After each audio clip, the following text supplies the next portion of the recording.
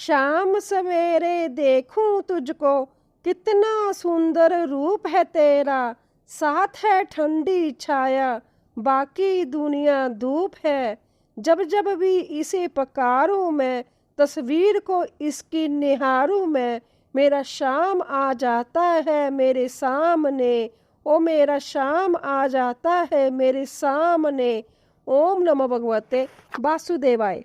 आप सभी का हमारे चैनल भक्ति सागर में हार्दिक अभिनंदन है। आज आप सुनिए अधिक मास जानी पुरुषोत्तम मास महात्म्य का अध्याय 4। इस अध्याय में भगवान विष्णु का अधिक मास को साथ लेकर गोलोक जाने का वर्णन है। नारद जी ने नारायण हरि जी से पूछा कि हे प्रभु, अपमानित और तिरस्कृत अधिक मास को भगवान हरि ने क्या उत्तर दिया। नारद जी के वचन सुनकर श्री हरि नारायण बोले, हे निष्पाप नारद जी, श्री हरि ने अधिक मास से जो कहा वही मैं आपसे कहता हूँ।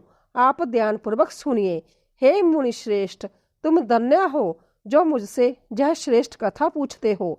श्री कृष्ण भगवान बोले, हे अर्जुन, मैं तुमसे बैकुंठ का वृतांत कहता हूँ, वह सुनो। श्री कृष्ण के नेत्रों के संकेत से गरुड़ जी मूर्छित हुए मलमास पर अपने पंखों से हवा करने लगे। तब होश आने पर मलमास बोला, हे नाथ, मुझे यह सब अच्छा नहीं लगता। हे जगतधारी, हे जगतपति विष्णु, मुझे शरण में आए हुए की रक्षा करो, रक्षा करो। आप मुझे जगत से क्यों त्यागते हो? ऐसा कहकर वह कांपता हुआ बार बार विलाप करने लगा।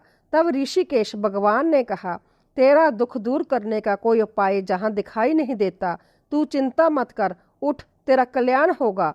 ऐसा कहकर भगवान ने पल भर में उपाय निकाल लिया। फिर श्री विष्णु भगवान बोले, वत्स, आओ मेरे साथ गोलोक धाम चलो, जो जोगियों को भी दुर्लभ है, जहाँ भगवान श्री कृष्ण निवास करते हैं।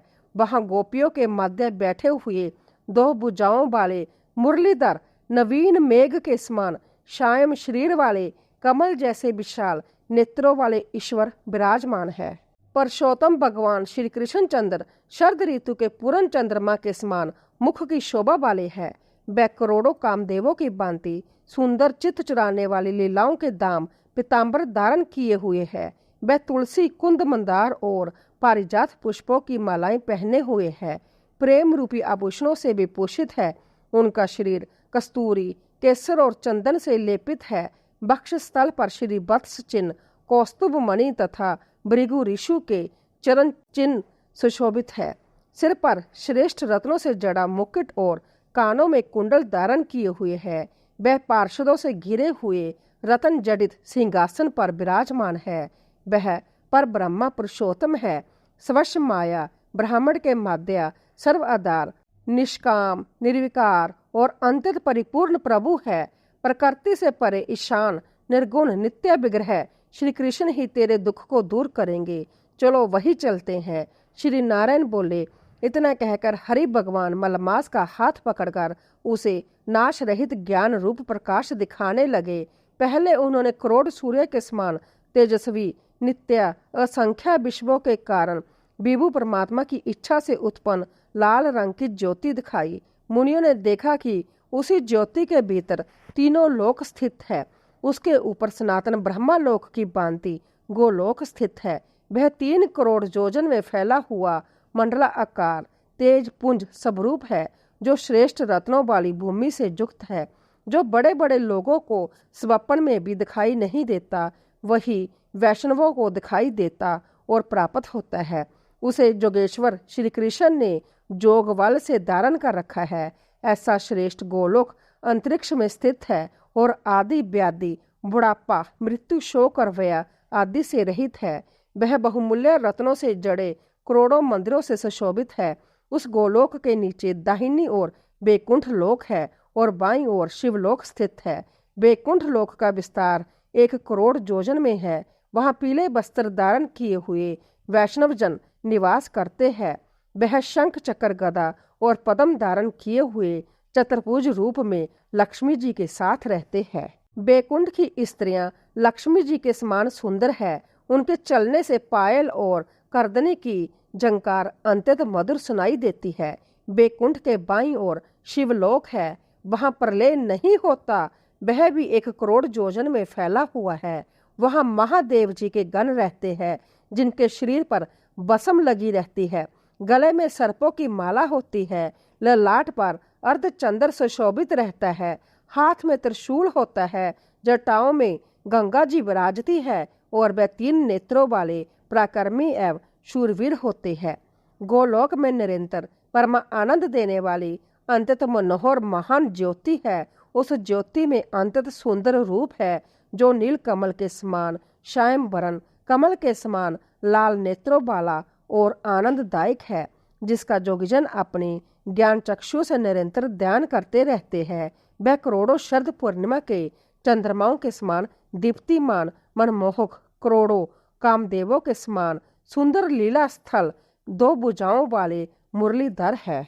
वह मधुर मुस्कान युक्त पीताम्बरधारी, श्रीवत्स चिन्ह और कौस्तुभ मणि से सुशोभित है। वह श्रेष्ठ रत्नों से बने सिंहासन पर विराजमान है और तुलसी, कुंद, मंदार, पारिजात तथा चंपा के पुष्पों की मालाओं से सुशोभित है। वह पर ब्रह्मा श्री कृष्ण है, जो अपनी इच्छा से सबके कारण रूप है। वह सदा बाल्यावस्था वाले गोपाल रूप धारण करते हैं। वह करोड़ों पूर्ण चंद्रों के समान शोभामान, भक्तों पर अनुग्रह करने वाले, इच्छा रहित, निर्विकार और अत्यंत परिपूर्ण प्रभु है। वह ब्राह्मण के मध्य में स्थित शांति राशि स्वरूप, मंगलमय, पूजनीय, सत्य स्वरूप, अक्षय सिद्धियों के ईश्वर तथा सिद्धियों के दाता है। वह प्रकृति से परे, ईशान, निर्गुण और स्वतंत्र परमात्मा स्वरूप है। ऐसे प्रभु का शांत स्वभाव वाले वैष्णव जन ध्यान करते हैं। यह कहकर विष्णु भगवान अधिक मास को साथ लेकर गोलोक पहुंचे। सूत जी बोले, सत्कर्म ग्रहण करने वाली वाणी कहकर जब नारायण शांत हुए, तब नारद जी पुरुषोत्तम मास के उत्सव संबंधी नई नई कथाएं सुनने की इच्छा से बोले। हे प्रभु, आगे क्या हुआ अगले अध्याय में आप सुनेंगे। गोलोक में विष्णु भगवान द्वारा श्री कृष्ण से अधिक मास के दुख का वर्णन। इसी के साथ अब आप सुनिए गीता का यह अध्याय। संजय बोले, करुणा से व्याप्त, आंसुओं से भरे और व्याकुल नेत्रों वाले अर्जुन से भगवान मधुसूदन ने कहा, हे अर्जुन, इस विषय समय में तुझे यह मोह किस कारण प्राप्त हुआ? यह न श्रेष्ठ पुरुषों द्वारा आचरण किया गया है, न स्वर्ग देने वाला है और न ही कीर्ति देने वाला है। इसीलिए हे अर्जुन, नपुंसकता को मत प्राप्त हो, यह तेरे योग्य नहीं है। हे परंतप, हृदय की तुच्छ दुर्बलता को त्याग कर युद्ध के लिए खड़ा हो। अर्जुन बोले, हे मधुसूदन, मैं रणभूमि में भीष्म पितामह द्रोणाचार्य पर बाण कैसे चलाऊं? वह दोनों ही पूजनीय है। इस महान गुरुजनों को मारकर इस लोक में भिक्षा का अन्न खाना भी कल्याणकारी समझता हूँ, क्योंकि इन्हें मारकर भी हम रक्त से सने भोग ही भोगेंगे। हम यह भी नहीं जानते कि हमारे लिए क्या श्रेष्ठ है, हम जीतेंगे या वह हमें जीतेंगे। जिन्हें मारकर हम जीना भी नहीं चाहते, वह धृतराष्ट्र के पुत्र हमारे सामने खड़े हैं। कायरता रूप दोष से ग्रसित और धर्म के विषय में मोहित चित्त होकर मैं आपसे पूछता हूँ कि मेरे लिए निश्चित कल्याणकारी साधन क्या है? मैं आपका शिष्य हूँ, आपकी शरण में हूँ, मुझे शिक्षा दीजिए, क्योंकि पृथ्वी का निष्कंटक राज्य और देवताओं का स्वामित्व प्राप्त करके भी मैं ऐसा उपाय नहीं देखना जो मेरी इंद्रियों को सुखाने वाले शोक को दूर कर सके। संजय बोले, इस प्रकार कहकर अर्जुन चुप हो गए। तब भगवान श्री कृष्ण मुस्कुराते हुए बोले, तू शोक न करने योग्य व्यक्तियों के लिए शोक करता है और पंडितों जैसी बातें करता है। ज्ञानी पुरुष न जीवितों के लिए शोक करते हैं और न मृतकों के लिए। ना तो ऐसा कभी था कि मैं नहीं था, तू नहीं था, जय राजा नहीं थे, और न आगे ऐसा होगा कि हम सब नहीं रहेंगे। जैसे आत्मा इस शरीर में बाल्यावस्था, युवावस्था और वृद्धावस्था को प्राप्त होती है, वैसे ही दूसरे शरीर को प्राप्त होती है। धीर पुरुष इसमें मोहित नहीं होता। इंद्रियों और विषयों के संयोग से उत्पन्न सुख दुख क्षणभंगुर और अनित्य है। हे अर्जुन, उन्हें सहन कर। जो पुरुष सुख दुख में समान रहता है और जिन्हें यह व्याकुल नहीं कर पाते वही मोक्ष के योग्य होता है। असत्य का अस्तित्व नहीं और सत्य का अभाव नहीं, इस प्रकार तत्वदर्शी पुरुषों ने निष्कर्ष निकाला है। जिससे यह संपूर्ण जगत व्याप्त है उसे अविनाशी जान। उस अविनाशी का विनाश कोई नहीं कर सकता। यह आत्मा न जन्म लेती है न मरती है। यह अजन्मा, नित्य, शाश्वत और पुरातन है। शरीर के नष्ट होने पर भी यह नष्ट नहीं होती। जैसे मनुष्य पुराने वस्त्र त्याग कर नए धारण करता है, वैसे ही आत्मा पुराने शरीर त्याग कर नए शरीर धारण करती है। इस आत्मा को शस्त्र काट नहीं सकते, अग्नि जला नहीं सकती, जल भिगो नहीं सकता और बाजू सुखा नहीं सकती। यह आत्मा अचल, सर्वव्यापी, नित्य और सनातन है। इसीलिए हे अर्जुन, शोक करना उचित नहीं है। जन्म लेने वाले की मृत्यु निश्चित है और मरने वाले का जन्म भी निश्चित है। इसीलिए अपरिहार्य विषय में शोक नहीं करना चाहिए। हे अर्जुन, क्षत्रिय के लिए धर्मयुक्त युद्ध से बढ़कर कोई कल्याणकारी कार्य नहीं। यदि तू इस धर्म युद्ध को नहीं करेगा तो धर्म और कीर्ति खोकर पाप को प्राप्त होगा। लोग तेरी निंदा करेंगे और सम्मानित पुरुष के लिए अपकीर्ति मृत्यु से भी बढ़कर है। यदि युद्ध में मारा गया तो स्वर्ग मिलेगा और यदि जीता तो पृथ्वी का राज्य भोगेगा। इसीलिए उठ और युद्ध कर।